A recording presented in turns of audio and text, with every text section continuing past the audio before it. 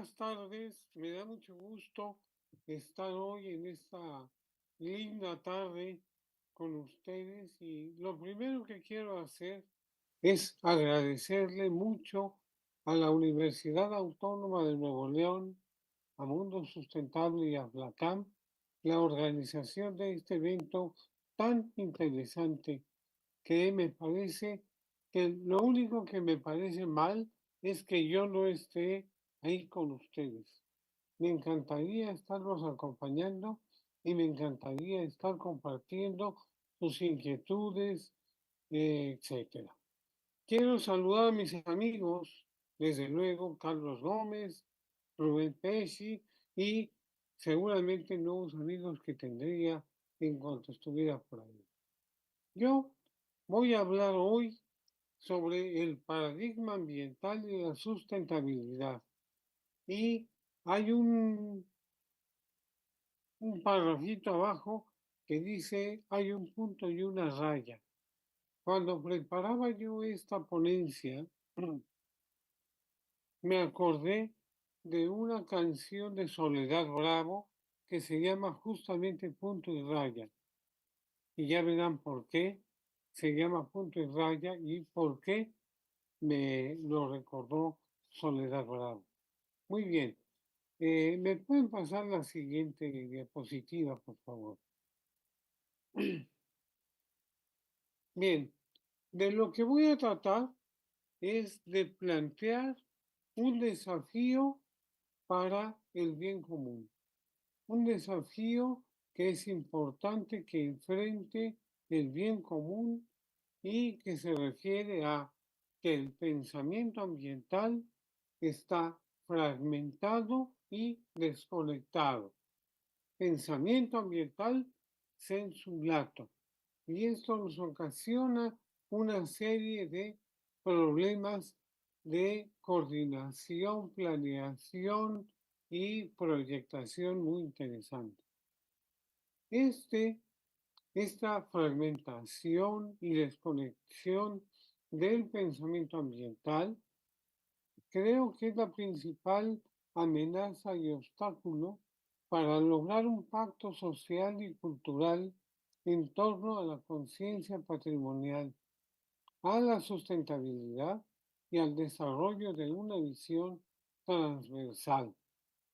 También, no lo voy a dejar ahí, quiero hacer una propuesta para enfrentar este tremendo desafío que yo creo es muy importante. La siguiente, por favor. Los actores y los autores del ambiente tienen grandes diferencias en la percepción, en su percepción, tanto temporal como territorial, y en la teoría y la práctica del conocimiento ambiental. Esto es la base de la fragmentación. La siguiente, por favor. Esto, si ustedes quieren, no será la causa directa, pero sí es una de las grandes, vamos a decir, provocaciones para la existencia de una crisis ambiental que todos llevamos para arriba y para abajo. Mi contexto estará la crisis ambiental con relación a la fragmentación del pensamiento ambiental. La siguiente, por favor. La crisis ambiental tiene causas y tiene síntomas. Las causas de la crisis ambiental son el cambio climático y ecológico, la explotación intensiva y extensiva del suelo y de los recursos naturales y la proliferación y crecimiento desordenado de los núcleos urbanos. La siguiente, por favor. Los síntomas de esa crisis ambiental son la proliferación de los monocultivos, el aumento de la deforestación y la fragmentación, la concentración de agroquímicos y la pérdida de la calidad y productividad del agua, del suelo, del agua dulce, del agua salobre y salada, la alteración del hábitat de las especies silvestres y cultivadas y el desquiciamiento de los ciclos y procesos de renovación natural. Aquí quiero hacer una pequeña aclaración de que a pesar de que la presentación que me hicieron, que mucho me honra, ya lo señaló, quiero decirles que yo soy ecólogo, nadie es perfecto en esta vida, soy biólogo, soy ecólogo, y notarán ustedes que a pesar que quiero tener una visión muy amplia acerca del bien común y del pensamiento ambiental, tengo un sesgo muy importante hacia la parte natural, hacia la parte ecológica de los sistemas. Ustedes me disculparán.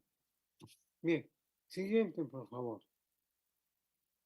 Estas causas y síntomas de la crisis ambiental nos ha llevado en realidad a proponer lo que ahora estamos enfrentando, un escenario ambiental que está totalmente fragmentado y totalmente desconectado. Hablo de tres grandes apartados, tres grandes medios ambientes o tres grandes medios, el natural, el rural y el urbano. Si ustedes ven casi toda la geografía, ¿no? La geografía ambiental del planeta y de nuestro país y de América Latina está dividida entre estos tres ambientes, el natural, el rural y el urbano, que cada vez se diferencian más el uno del otro. La siguiente, por favor.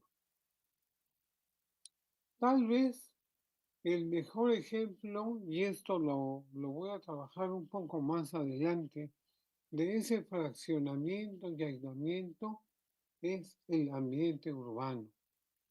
El ambiente urbano que ha sido identificado ya desde hace algunos años como un tema prioritario a nivel internacional debido al rápido crecimiento de los asentamientos y a la continua transformación de los paisajes urbanos, que son formidables desafíos para el bienestar básico de una gran cantidad de seres humanos que requieren de un mejor lugar para vivir. Tanto del 60% de la población que ya vive en los ambientes urbanos, como el resto que está supeditado a los vaivenes del propio ambiente urbano. La siguiente, por favor. Las causas de nuestra crisis ambiental son globales, ¿no? Los cambios, el cambio climático, por ejemplo, ¿no? Que he llegado sin decir que no creo en el cambio climático, creo en el cambio climático, pero he llegado a odiar el cambio climático porque todo el mundo para justificar una serie de fallos y de y errores en la planeación y en los acuerdos acude al cambio climático como si fuera la causa principal de todo.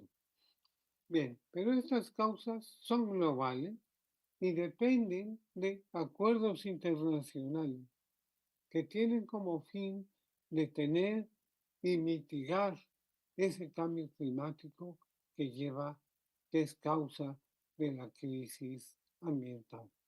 O sea, realmente de lo que estamos viendo a nivel global es de la adaptación a los grandes cambios que hay y no estamos hablando de la mitigación de esos grandes cambios. En cuanto a los síntomas regionales, tenemos que son competencias de organismos nacionales y regionales y tienen como fin mejorar la producción de bienes y la conservación, pero se enfrentan sistemáticamente a la fragmentación del medio ambiente. La siguiente, por favor.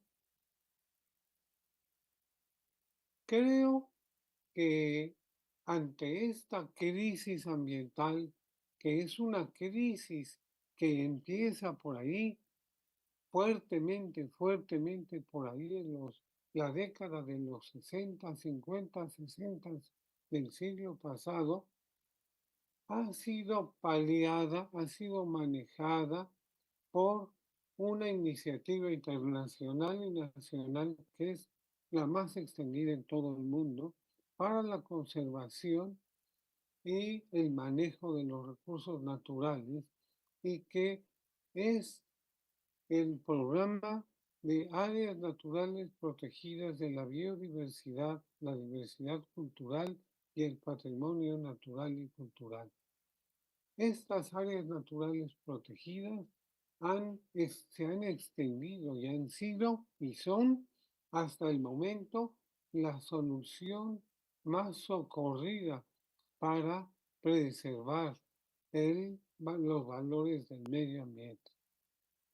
La conservación en áreas naturales se basa en el aislamiento de la diversidad en sitios cerrados y protegidos de las alteraciones externas y están enfocados en las especies más que en su integración.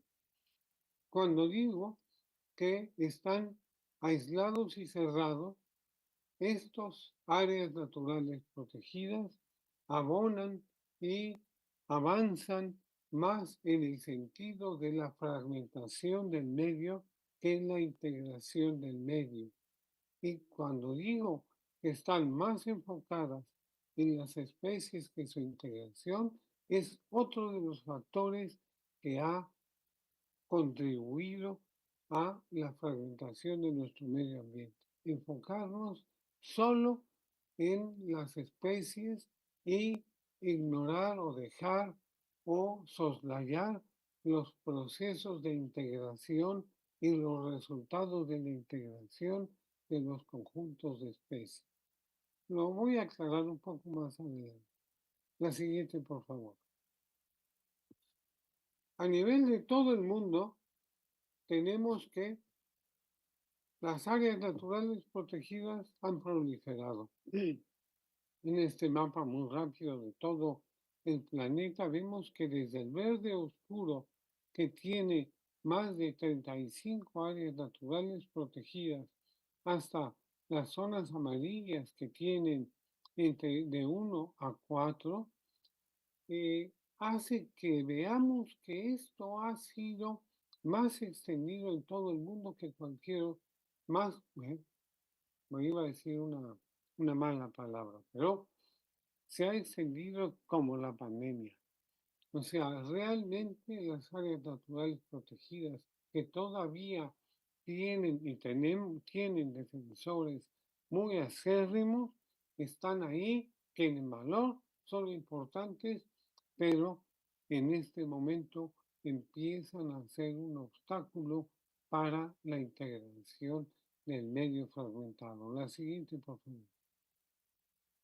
Tan es así que en esta imagen muy rápida que voy a poner de resultados del antropoceno, no importa ahora qué es el antropoceno, porque no me voy a dedicar a eso, pero déjenme decirles y llamar su atención respecto de dos partes de esta imagen.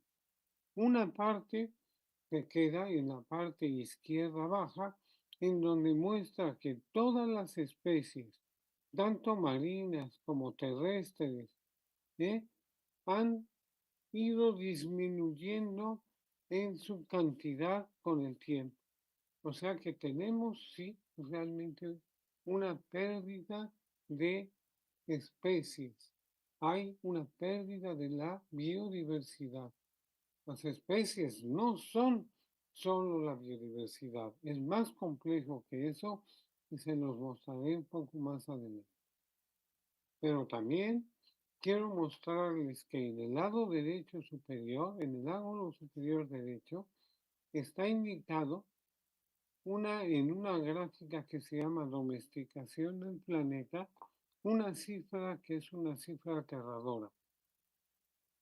Perdón, del 90% de la biomasa de mamíferos que hay en el mundo, el 90% son o seres humanos o especies domesticadas.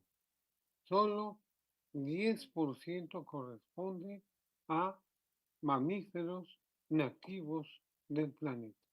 O sea, que nuestro proyecto de áreas naturales protegidas hasta la fecha no ha sido capaz de detener estas pérdidas ni siquiera de mantener el statu quo. La siguiente, por favor. No quiero que con esto se me piensen que estoy en contra de las áreas naturales protegidas, de la diversidad y del uso indiscriminado del planeta, todo lo contrario. Pero creo que hay varias opciones y formas de ver esto.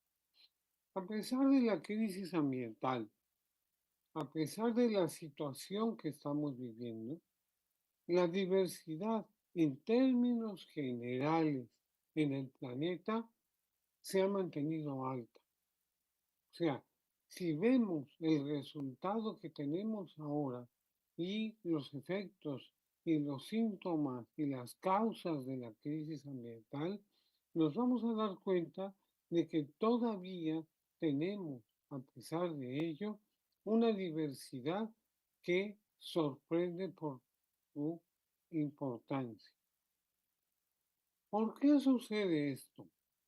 Creo que lo que está sucediendo no es exactamente achacable a las áreas naturales protegidas, sino es más achacable a un manejo que grupos vernáculos, tradicionales u originarios han hecho de el manejo de la biodiversidad, de su conocimiento y de su aprovechamiento.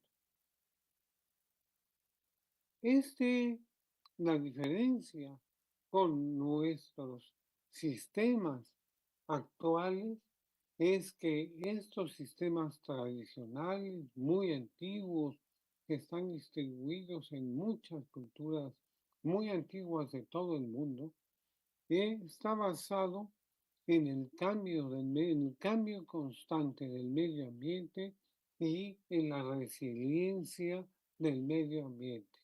La siguiente, por favor. Si ustedes revisan con cierto cuidado los sitios de mayor impacto de desastres o de impacto de fenómenos naturales en el planeta, yo me voy a restringir aquí a dos tipos de desastres. Uno, que son los sismos y la actividad volcánica, y otro son las inquietudes atmosféricas que producen huracanes, tempestades, tifones, etc. Si ustedes ven, parecería casual, pero no lo es, el que muchas de las grandes civilizaciones antiguas del planeta están relacionadas o con la actividad sísmica, volcánica, geomorfológica en general o con la actividad climática. En esta imagen del cinturón de fuego del Pacífico está marcado en rojo este cinturón que es la unión de las placas tectónicas y que es la que produce en casi toda esta región fuertes movimientos tectónicos, cambios morfológicos del territorio y desastres que podríamos considerar naturales. Aquí pueden ustedes ver, solo en América, empezando de abajo para arriba, están las zonas de montañosas del sur, en donde se encuentran una serie de actividades volcánicas importantes en zonas de grandes culturas, como las culturas, bueno, muchas culturas, como la cultura inca, como la cultura chipcha, como muchas culturas importantes en Centroamérica, México y el oeste de Estados Unidos, en donde se encuentran culturas muy antiguas como las mayas, como las olmecas, como las aztecas, como otras. Y así sucesivamente podemos irnos hacia Europa y hacia el sudeste asiático. No hay una coincidencia muy extraña entre el desarrollo de estas culturas y la zona de asentamientos de las mismas. La siguiente, por favor. Lo mismo ocurre, si ustedes quieren, con las tempestades y con los huracanes que azotan sistemáticamente, como ustedes pueden ver, partes importantes de América, de Asia y del sureste asiático, y también coinciden con la presencia del desarrollo de grandes culturas, yo diría civilizaciones muy antiguas que colonizaron América y otras partes del planeta. La siguiente. ¿Por qué ocurren estas cosas? ¿Por qué se desarrollaron ahí las culturas y por qué se desarrollaron ahí las civilizaciones? ¿Por qué? Porque estas culturas estaban, esa es mi propuesta, basadas en los procesos y en los mecanismos ecológicos que están implicados en la regeneración de los sitios perturbados. Esto es, que son la causa principal de los cambios de diversidad y composición de especies de los ecosistemas y paisajes. O sea, que en realidad el sistema de movimiento de las especies y los mecanismos más importantes para conservar ese movimiento y esa diversidad de especies están mezclados y están combinados con la regeneración de sitios perturbados, o sea, con la propia perturbación que causa cambios constantes. La actividad geológica, la actividad atmosférica causa problemas, causa cambios, ¿no? Los sistemas se responden a estos cambios con movimientos de especies, con organización de ecosistemas y de paisajes en nuevos y mucho más resilientes. Aunque también actualmente se presume que el uso intensivo y extensivo del suelo y la sobreexplotación de los recursos naturales son una amenaza para la biodiversidad.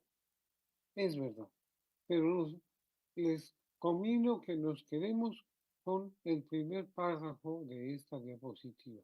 La siguiente, por favor. Estas culturas, estos asentamientos, han estado basados en la perturbación, como se los he dicho, que conlleva cambio y movilidad. La movilidad de las especies de plantas y animales es uno de los criterios básicos que ha tenido las culturas originales y que se han transmitido inclusive actualmente hasta la fecha, ¿no? En usos tradicionales que están basados en la movilidad de las especies y en las condiciones y características del ambiente que facilitan o impiden que las especies recorran el territorio a través de los ecosistemas y los mosaicos que forman el paisaje. Esto es, el cambio de inmovilidad es la medicina y es la vacuna para la desconexión, para la fragmentación de los sistemas. Esa conectividad latente, potencial, en constante evolución es probablemente uno de los secretos más importantes que tenemos que aprender del conocimiento tradicional. La siguiente, por favor. Debemos reconocer que esto es así, que la movilidad de las especies de plantas y animales forma nuevos ecosistemas y paisajes.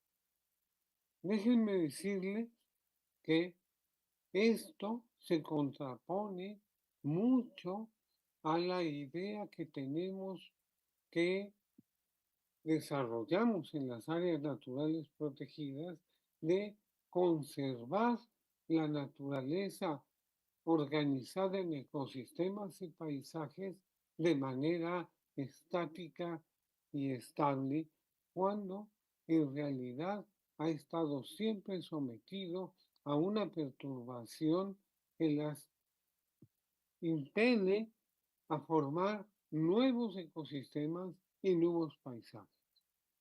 Esto es paradójico porque cuando hablamos de restauración, que es un tema que en este momento en ambiente y en ecología es uno de los más socorridos, de los más apoyados y en los que se confía más como un remedio contra la destrucción del medio ambiente, se trata realmente de ecosistemas y paisajes que están en plena formación y que nunca están de manera continua y estable.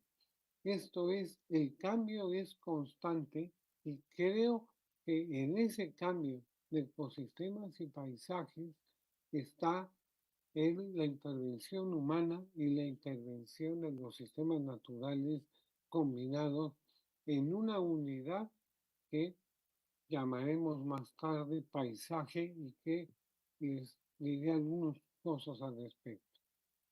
Entonces, esta movilidad de especies les permitió manejar la regeneración natural o inducida, como ustedes quieran, de sitios perturbados. La siguiente, por favor. Esto nos lleva a un nuevo escenario que podemos proponer en esta charla como el paisaje.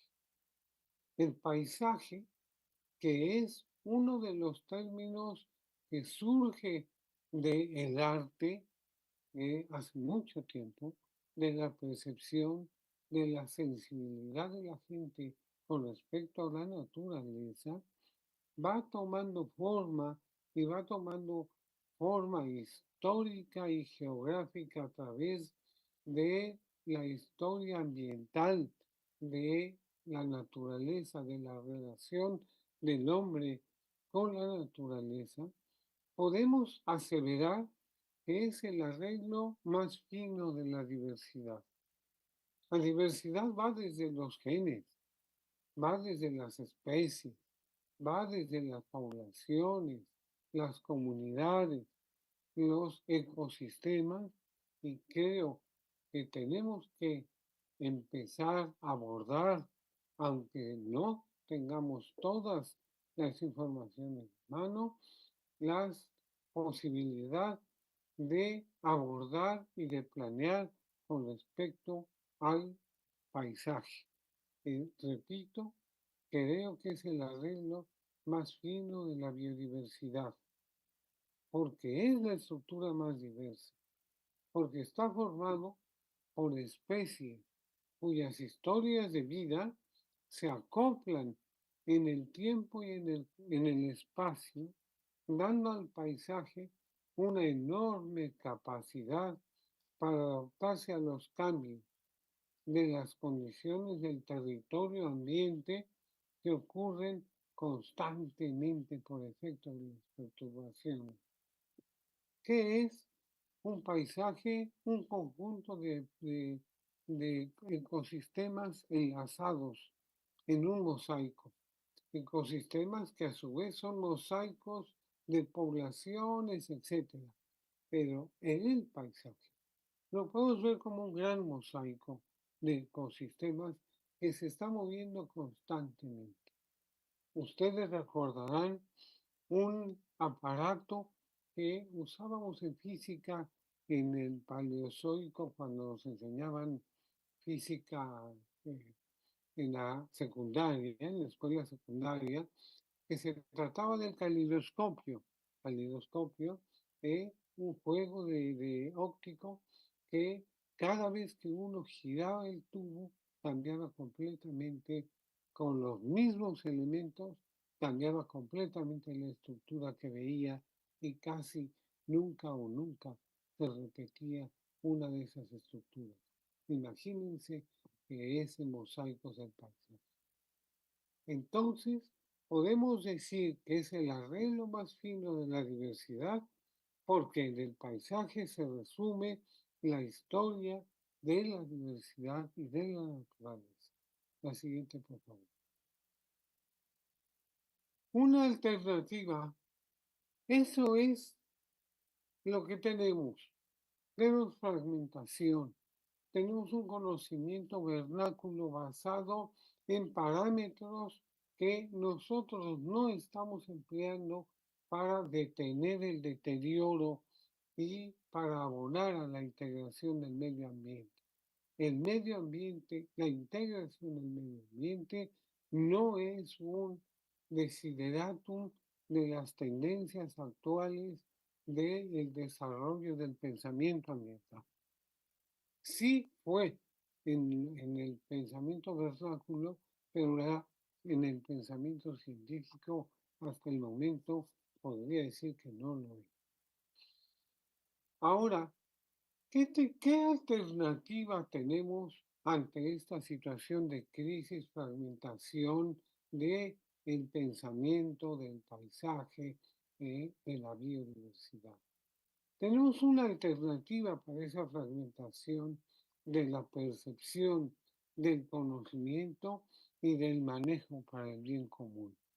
Es una unidad que muchos de ustedes han oído mencionar y machacar, que se llama reservas de biosfera. La siguiente. ¿Qué es una reserva de biosfera? No, la siguiente, la siguiente. Bien, gracias. La reserva de biosfera es una categoría que ha sido considerada e incluida hasta ahora como área natural protegida. Es un modelo que surge en los 70 apenas como una alternativa para entender la biodiversidad y para conservarla y manejarla de manera absoluta. Una, es un intento de poder en un modelo territorial combinar las dos grandes fuerzas que modelan la actual biodiversidad, los desastres naturales con el manejo humano.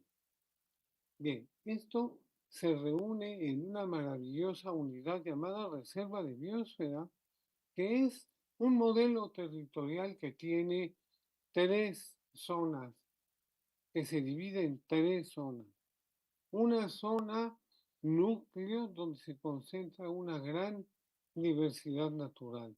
Una zona de amortiguamiento que la rodea en torno, en donde se mantienen los usos tradicionales de la biodiversidad y una zona de transición que es el último anillo donde coexisten los usos tradicionales y los usos agroindustriales de los recursos naturales, asequible para nuevas formas de uso y restauración. Y que además este modelo territorial tan interesante es gobernado por las decisiones de corto, mediano y largo plazo adoptados por un comité ad hoc formado por autoridades, expertos y habitantes de la propia área, del propio territorio de la reserva de biosfera. La siguiente, por favor.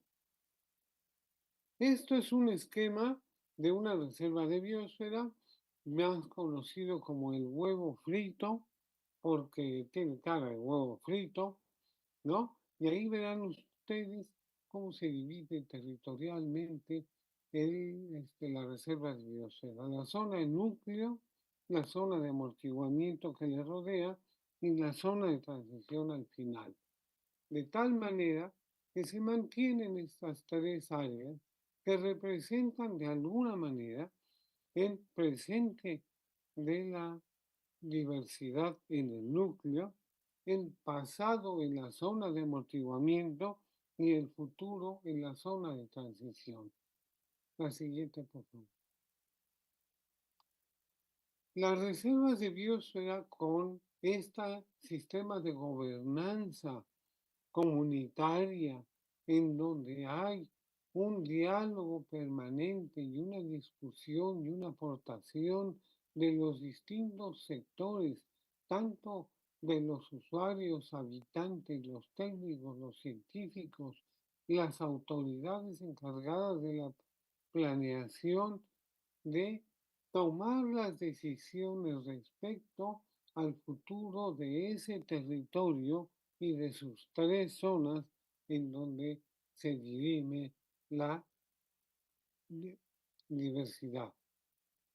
Las reservas de biosfera es nuestra oportunidad única y a la mano de integrar el medio natural, rural y urbano, aquel sistema fragmentado que nos quita el sueño y que, déjenme decirles, estoy convencido, es una de las causas principales de los problemas de pensamiento y de ambiente en la actualidad.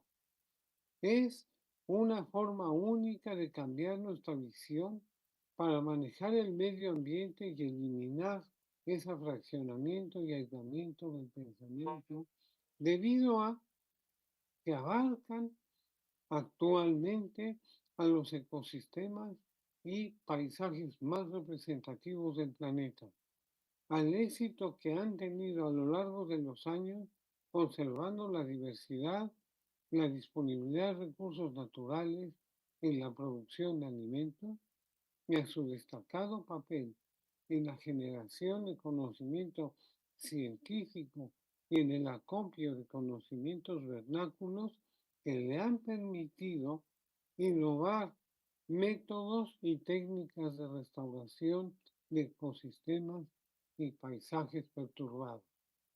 Sí, pero no han adoptado, como veremos un poco más adelante, realmente su papel cabalmente. Las que sigue, por favor. Las reservas de biosfera o sea, intuitivamente y de manera muy expresa, han tenido un éxito en todo el planeta. Probablemente junto a los parques nacionales son las categorías de manejo y de conservación más exitosas que hemos diseñado o que estamos aplicando. Las reservas de biosfera son numerosas. Tan solo en México existen 44. En Latinoamérica, el Caribe y la península ibérica, lo que se reconoce como Red Iberomar, se han decretado 199 reservas en 25 países. A escala mundial, tenemos 747 reservas en 124 países. Son tremendamente representativas. La siguiente, por favor. Es una de nuestras mejores alternativas para mantener y aprovechar la diversidad, para integrar el ambiente y el conocimiento. Pero claro, esta estas reservas de biosfera están basadas en la movilidad de las especies de plantas y animales en el territorio de la propia reserva para mantener y conservar la regeneración espontánea de los sitios perturbados por los usos tradicionales y modernos del suelo y por los desastres naturales. Todo eso está contenido en cada una de las reservas. Y eso quiere decir que cada una de ellas tiene un potencial fantástico para moverse. La siguiente.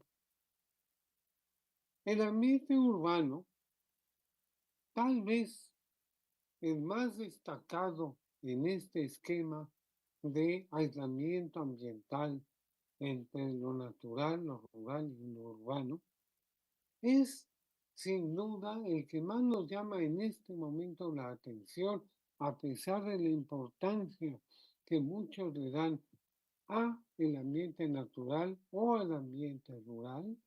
Creo que debíamos poner una, un subrayado importante y poner muchísimo énfasis en los sistemas en los ambientes urbanos, porque a pesar de que en este momento el ambiente urbano es un destacado promotor del aislamiento y de la fragmentación e inconexión del ambiente y del pensamiento, también son la principal alternativa que tenemos de crear un promotor, controlador, un centro de inteligencia para la integración del ambiente en el planeta. Los paisajes urbanos son el mosaico más, a pesar de que se habla de la homogeneidad, yo sostengo que son el mosaico más complejo de ocupación del suelo y de usos múltiples de todo el planeta. La siguiente, por favor.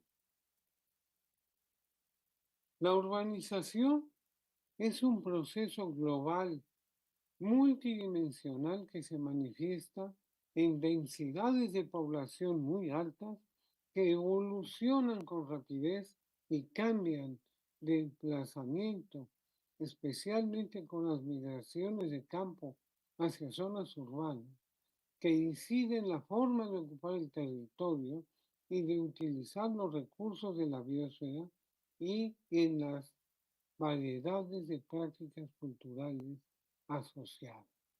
La siguiente, por favor.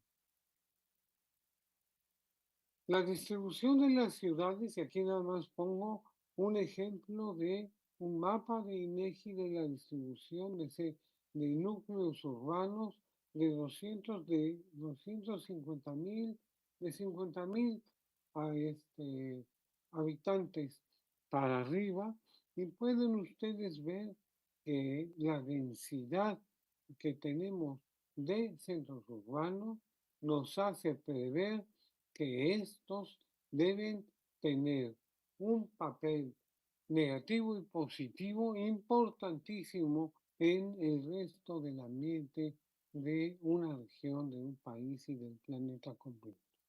La siguiente, por favor. Hasta el momento, buena parte de la planificación territorial y urbanística no está siendo capaz de integrar la dependencia, medio ambiente, bienestar, lo que provoca dualidades territoriales entre lo urbano y lo rural, centro y periferia, urbanizable y no urbanizable, no protegido y no protegido. Esto se traduce en líneas territoriales y administrativas que dan lugar a contradicciones en los derechos y obligaciones de la población y de las personas. La siguiente, por favor. Es una buena posibilidad pensar en convertir a las ciudades en operadores estratégicos de la integración del territorio, el pensamiento y la acción para el bien común. El conectar a las ciudades con su territorio, diría yo, como un lema casi, ciudades conectadas con su territorio. La siguiente, por favor. La distribución de las ciudades más grandes, como ustedes pueden ver, es profusa en nuestro país y cada una de ellas puede tener una influencia en torno a la región natural, al ambiente que le rodea, a su territorio, que permitiría realmente tener un operador estratégico de alta calidad. La siguiente, por favor. Esto posibilitaría identificar y cuantificar los procesos que determinan el funcionamiento de tramas territoriales concretas relacionadas con el ciclo del agua, con el movimiento de la biodiversidad, incorporando sus aspectos multidimensionales y multitemporales al paisaje rural, urbano y natural. Permitiría emplear al paisaje como la unidad de diseño y manejo. Permitirá integrar el medio ambiente rural, urbano y natural utilizando el modelo territorial y funcional. Inclusive aquí tenemos una participación muy importante conceptual del pensamiento de la reserva de biosfera. Permitiría conectar en la reserva de biosfera la zona núcleo con las zonas de agricultura multifuncional para fortalecer el desarrollo sustentable. Esta combinación que yo empiezo a pensar entre las ciudades y el pensamiento de las reservas de biosfera, no en el modelo exacto territorial. Tenemos que el modelo se puede adaptar a condiciones como el que plantean los núcleos urbanos. La siguiente, por favor. Podemos así recuperar la plasticidad de las zonas núcleo, amortiguamiento y transición para diseñar nuevas reservas de biosfera mucho más móviles y mucho más influyentes en su territorio y en su entorno. Adaptar la reserva de biosfera al cambio ecológico y climático global. Mejorar el bienestar de la población rural y urbana e impulsar la educación formal e informal de la población rural y urbana para aliviar la pobreza y la marginación y fomentar el intercambio de conocimientos a través del ambiente urbano, rural, natural en Iberoamérica y el Caribe y en las redes temáticas afines. La siguiente, por favor. La zonificación es el componente clave de la naturaleza y organización de la reserva. Sin embargo, la biodiversidad y las formas de manejo de cada una de las tres zonas están relativamente aisladas entre sí y con su entorno regional, debido a las funciones que le han sido asignadas como área natural protegida. Para aumentar su potencial, se deben vincular e integrar en un solo paisaje de cada zona. Las vinculaciones entre las zonas depende del desplazamiento de las especies de plantas y animales, desde la zona núcleo hasta la zona de amortiguamiento y viceversa, y de toda la reserva con su entorno. La siguiente, por favor. Esto quiere decir que si tenemos En la parte superior, ese famoso huevo frito, un sistema que en este momento tenemos de reserva de biosfera, que tiene un movimiento más bien centrípeto, o sea que protege el área núcleo a través del área de amortiguamiento y transición, deberíamos convertirlo en un sistema que es la figura B abajo, en donde el área núcleo se conecta con el área de amortiguamiento, transición para mover activamente a las especies, tanto en los sistemas tradicionales de manejo del área de amortiguamiento como en los intentos de restauración y manejo actuales del territorio en el área de transición. La siguiente, por favor. Así, las reservas de biosfera harán un cambio fundamental para nuestro pensamiento ambiental, que es el carácter de la reserva, de cambiar su carácter de reserva protegida de diversidad por el de reserva protectora del bien común.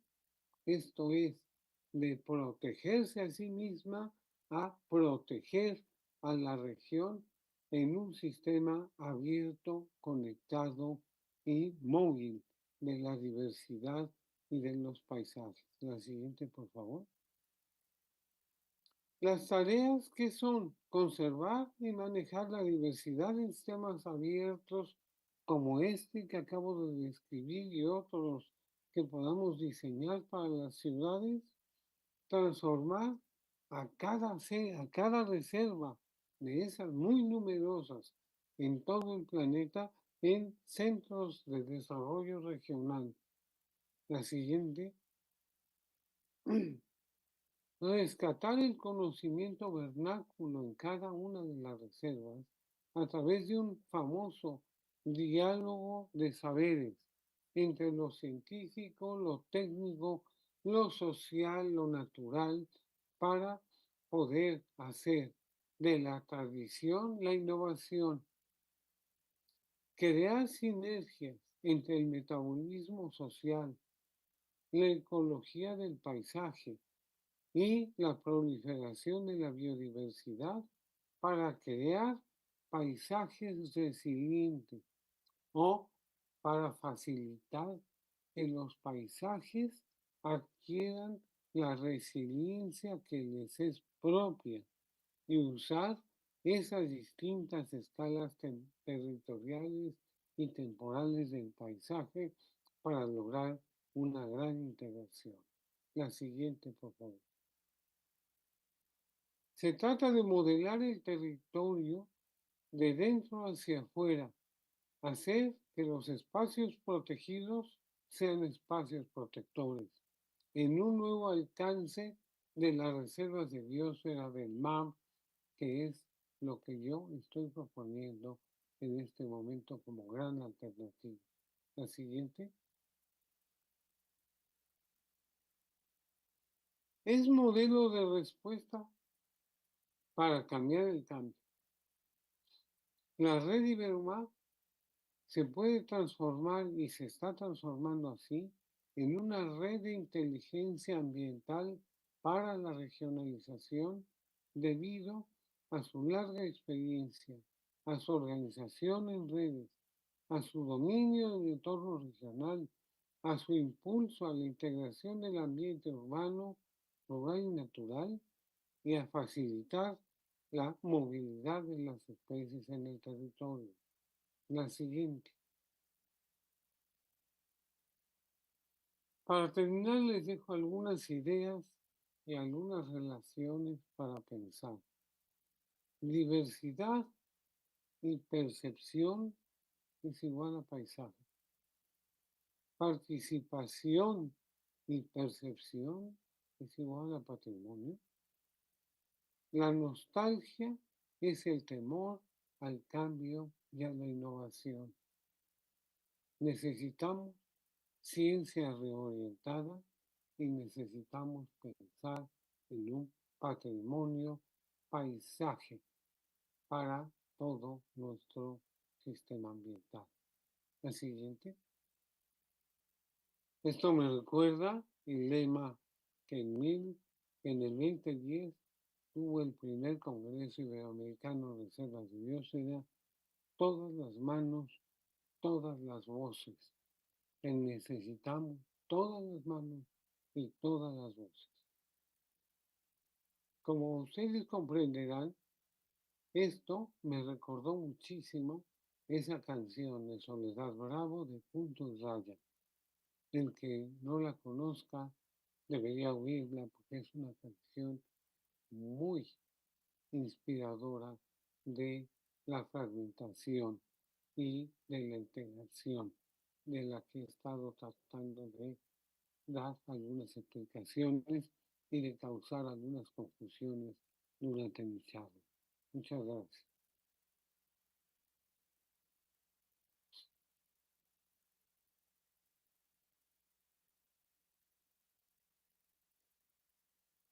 Bien, gracias.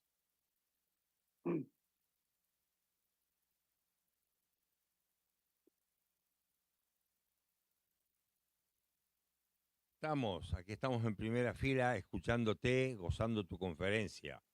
Y están con nosotros muchos de los amigos tuyos y de la Red FLACAM y de la Universidad Autónoma de Nuevo León.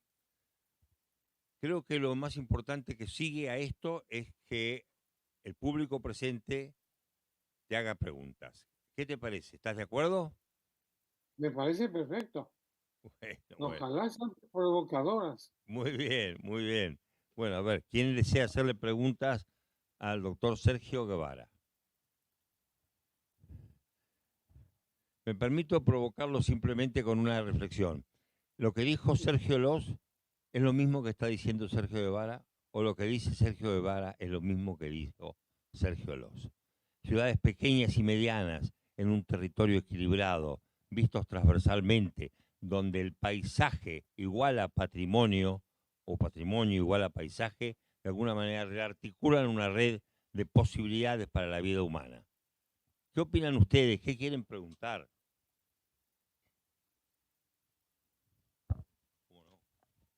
Gracias. Yo sumaría, queridos estudiantes, el hecho de que hay que entender el paisaje para hacer arquitectura y que la arquitectura tiene que ver con lo bioclimático, pero también tiene que ver con la vida.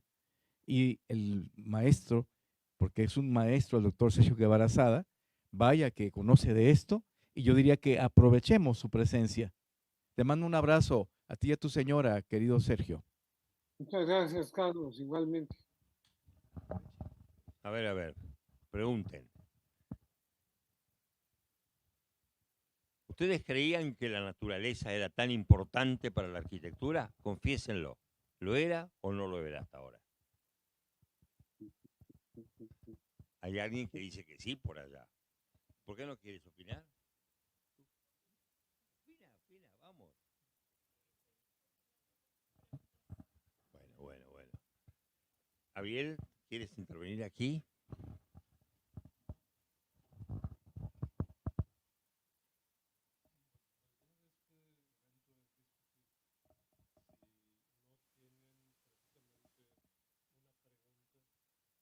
A partir de las ideas que está volcando aquí el doctor Guevara, deberíamos hacer una discusión. O sea, ¿Monterrey tiene paisaje en la ciudad o no lo tiene? ¿A partir de qué lo tiene?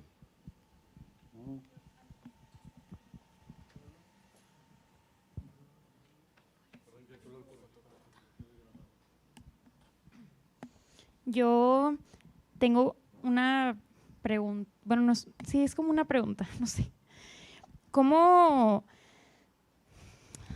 A mí, bueno, más bien es como un comentario, pregunta, no sé.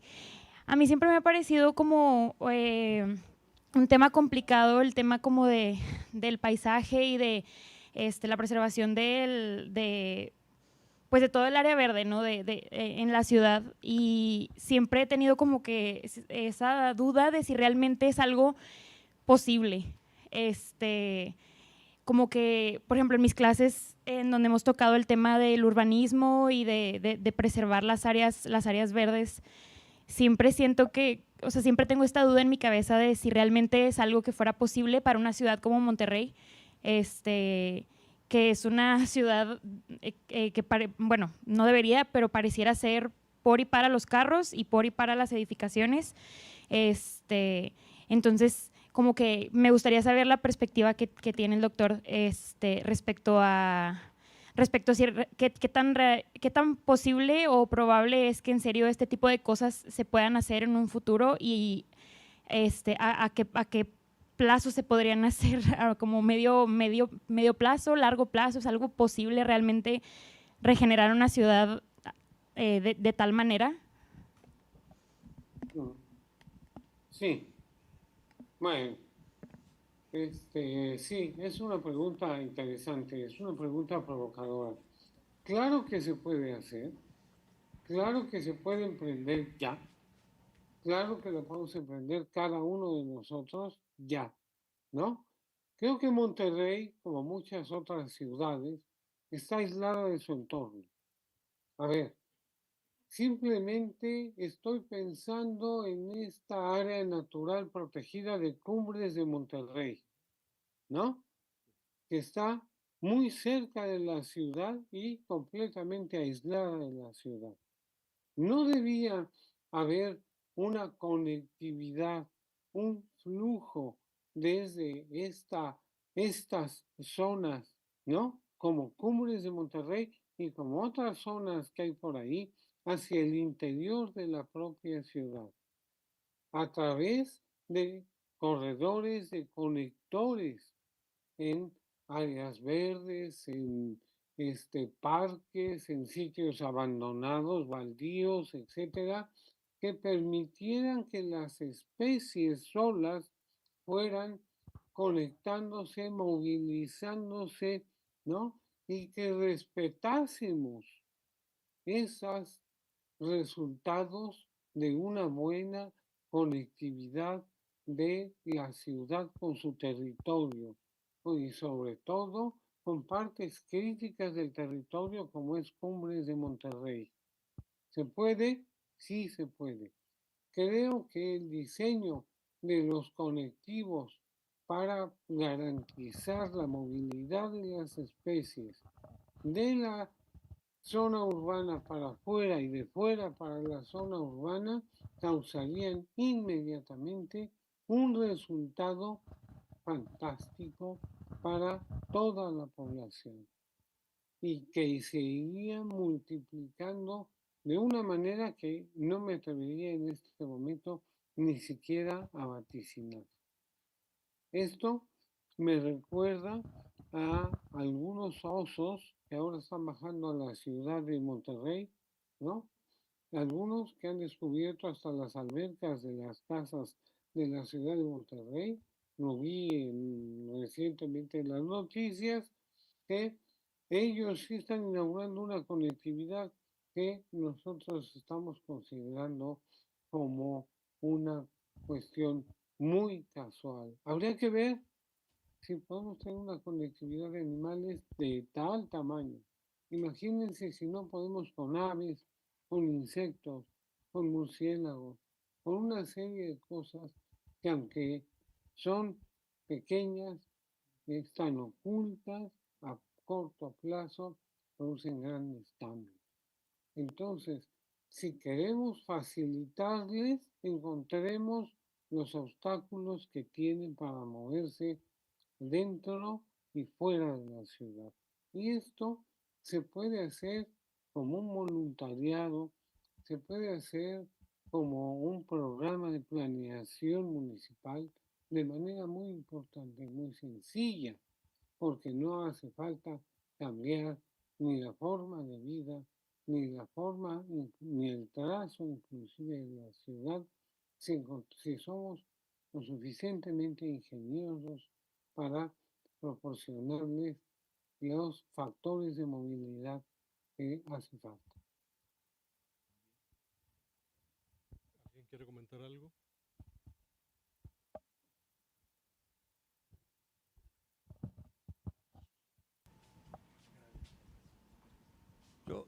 Ahí está.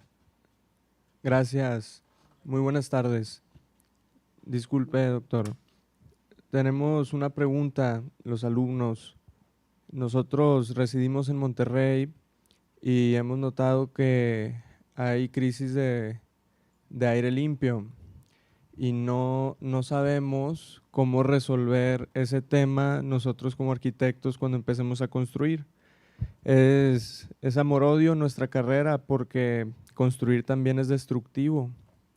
Y queremos saber, usted como biólogo, qué plantas, existe un aparato, existe tecnología o volver a lo natural, qué plantas pueden captar más CO2 o de qué manera podemos reducir el dióxido de carbono emitido, porque pues salimos todos los días y tenemos alergia en la nariz y vemos que hay ciudades más grandes que esta, con más contaminación que esta, que deben de tener también algunas maneras de mitigar o de buscar en el futuro, bueno, en el presente, reducir el dióxido de carbono. Y bueno, la pregunta es, que naturalmente, ¿qué podemos hacer? Gracias. Bueno, es la pregunta del millón. Si yo pudiera escribir un libro sobre todas las técnicas que hay a ese respecto, sería genial. A ver, yo creo que el tipping point, el punto de quiebre, está en facilitar el movimiento de la fauna a través de un sistema que la atraiga y la regule. Si aparece, si para esto tenemos que utilizar determinado tipo de especies, yo diría, busquemos las especies que favorezcan más a la fauna. Si la fauna es favorecida, las especies también van a ser favorecidas y ahí vamos a poder contar no solo con más vegetación, inclusive vegetación espontánea, sino también vamos a poder desarrollar de manera espontánea, pasiva, diría yo, filtros para las corrientes de viento. O sea, la movilidad de las especies no está dada solo por bichos, también por el movimiento de factores físicos.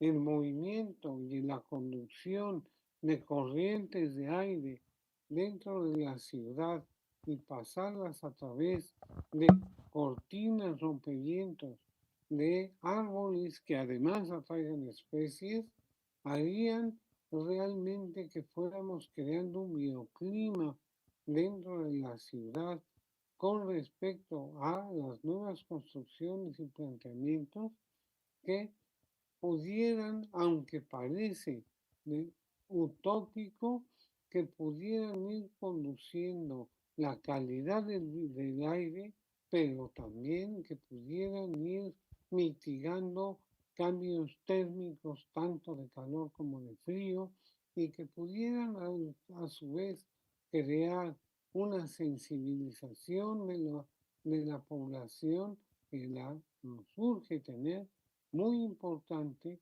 con respecto a lo que se puede lograr, lo que se puede tener, lo que se puede ver. Debemos crear además una ciencia ciudadana de observación de la naturaleza dentro de las ciudades y de qué la promueve y qué la impide. ¿Alguna otra intervención? Estamos un poco sobre tiempo. A mí me parece importante hacer un destaque en este momento, donde nuestro querido amigo Sergio, sí, bien, nuestro querido amigo Sergio nos muestra desde la biología, desde la vida en todo sentido, nos muestra la importancia decisiva de la continuidad de los paisajes, porque la movilidad de las especies es un requisito para conservar su diversidad. Entonces estamos frente a otro tipo de arquitectura. Lo digo porque estamos en una facultad de arquitectura, mi querido Sergio. Estamos Sí, en sí, sí. vista de una... ¿Me escuchas, no es cierto? Sí, sí, claro, claro. De una arquitectura de todo el territorio, de una arquitectura de la tierra. Y no de otra cosa nos hablaba hace un rato Sergio Loz, donde incluso sus pequeños dibujos ya no son la de una casa o un cuarto de una casa, sino que son los dibujos de una tierra entendida, de un planeta entendida de otra manera. En ese sentido, a mí me gustaría provocar una reflexión de los más jóvenes. ¿Se entiende lo que tienen que hacer ustedes como arquitectos? A ver, tú qué harás como arquitecto. Pues, pues empezaría por buscar proyectos que ayuden al ambiente en Monterrey y que sean más sustentables en cuanto a su construcción y buscar ayudar al medio ambiente. Compañeros. Bueno, sería más que nada el incorporar la arquitectura a la naturaleza, no la naturaleza, bueno, sería adaptarnos nosotros con nuestros medios a la naturaleza, no tanto invadir las zonas naturales como es aquí en Monterrey, que está teniendo un crecimiento, lo podemos ver muy al sur, en la zona de la carretera nacional, que estas partes de la sierra las estamos absorbiendo para crear residencias y quitando estas partes naturales de nuestra región, haciendo, como decía el doctor, un aislamiento entre lo urbano y lo natural. Sería más mezclar ambas zonas, lo urbano con lo natural, para de esta forma crear una interacción entre los dos espacios.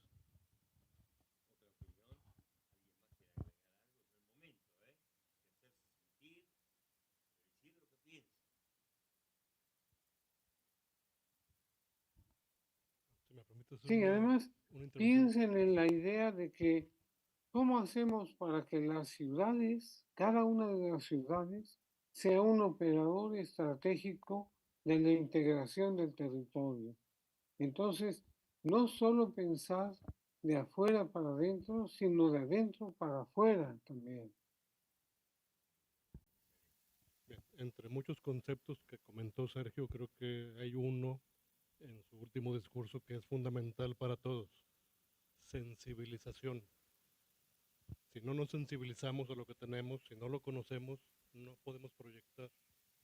Pues, hace años me tocó ir a la tierra de Rubén, Argentina, con un grupo de estudiantes y todo el mundo decía, ¿y dónde están los cerros? No hay cerros, es una planicie. Pero nosotros aquí estamos rodeados de cerros y nos acostumbramos, no los vemos. Antier que fui a recibir a Rubén y a platicar un poco sobre el evento, la macroplaza, la antigua plaza Zaragoza, estaba llena de cotorros. ¿Se han fijado en eso? Hay cotorros, a las 5 de la tarde pasan las garzas, hay murciélagos. Entonces tenemos una biodiversidad potente, pero no la vemos. Entonces, hay que sensibilizarse a ver el entorno para poder explotarlo y aprovecharlo.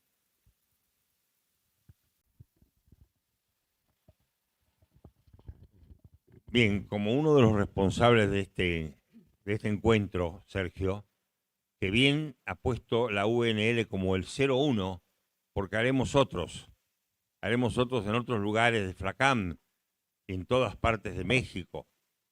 Quiero destacarles que Sergio ha sido uno de nuestros mejores profesores y líderes de este proceso, siendo que fue uno de los primeros integrantes de FLACAM, y representa en México, junto con otras gentes como Carlos Gómez y otros más, el propio Avier y demás, un grupo de amigos sensacionales que hemos podido encontrar en este país.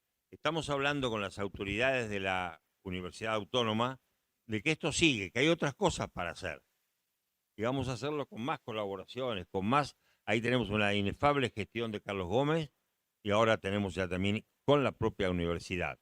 Así que, Sergio, en tu país, el orgullo de tenerte como el mexicano ilustre de este congreso y muchas gracias por tu aportación. No, al contrario. Gracias por estar, por ser, por... Me congratulo de haber participado en este evento, pero también de haber sido, aunque sea una pieza chiquita de Flacam, de haber vivido esos choques intelectuales maravillosos que nunca olvidaré y que la UNESCO tampoco olvidará, porque les ha repercutido hasta allá, ¿no? Y ha sido para mí una parte de mi vida profesional y afectiva muy importante en que he aprendido mucho de todo el sistema y de cada una de sus reuniones con esto. Muchas gracias. Muy bien.